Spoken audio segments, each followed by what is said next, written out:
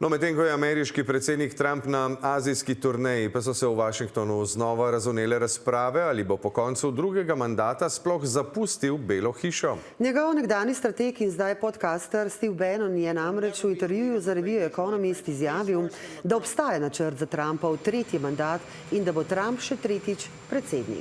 Na mizi v ovalni pisarni se pred gosti občasno pojavijo rdeče čepice z napisi Trump 2028. Predsednik jih, tako kot marsikaj drugega, tudi prodaja svojim privržencem in se ob tem pogosto javno poigrava z mislijo na tretji mandat. I would love to do it.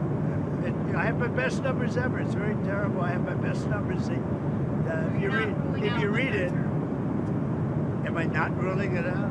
You'll have to tell me. A ne le to, zdi se, da tudi najzvestejši Trumpovi privrženci tokrat nežno opozarjajo, da ustave vendarle ni mogoče kar tako ubiti. It's been a great run, but I think the president knows, and he and I have talked about the constrictions of the Constitution. And I don't see a way to amend the Constitution because it takes about 10 years to do that, as you all know. Morda je tudi zato zadnja Trumpova izjava malce bolj umirjena in v skladu z ustavo. I have the best numbers for any president in many years, any president.